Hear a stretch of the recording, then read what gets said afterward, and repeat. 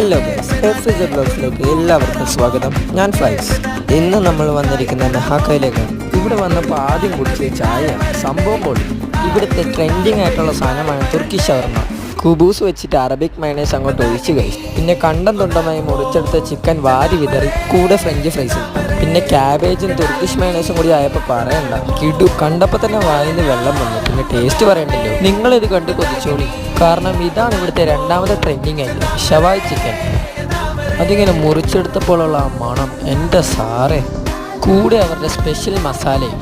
ഇവിടെ 4 വെറൈറ്റി അൽഫാമാണുള്ളത്. Peri peri, honey, barbecue, പിന്നെ നോർമൽ അൽഫാം, പിന്നെ തുർക്കിഷ് ഷവർമ പ്ലേറ്റും തുർക്കിഷ് ഷവായി, പിന്നെ സാൻഡ്വിച്ചും കിടു. മൈദ പൊറോട്ട, വീറ്റ് പൊറോട്ട, കുബൂസ് അതുമുണ്ട്. പിന്നെ ഫലൂദയും. ഇതാണ് ജിംഗർ ബർഗർ. ഇതാണ് ഹെവി ആയിട്ടുള്ള ഐറ്റം. ഒരെണ്ണം കഴിക്കുമ്പോൾ തന്നെ വയറ് നിറയും. Nuggets, French fries with Turkish മയണൈസും. ജിംഗർ ബർഗർ ഒരു രക്ഷയില്ലാത്ത ടേസ്റ്റ്. സ്പോട്ട് ആലപ്പുഴയിലെ അമ്രാണകരയില്ല, ബാക്കി നാളെ.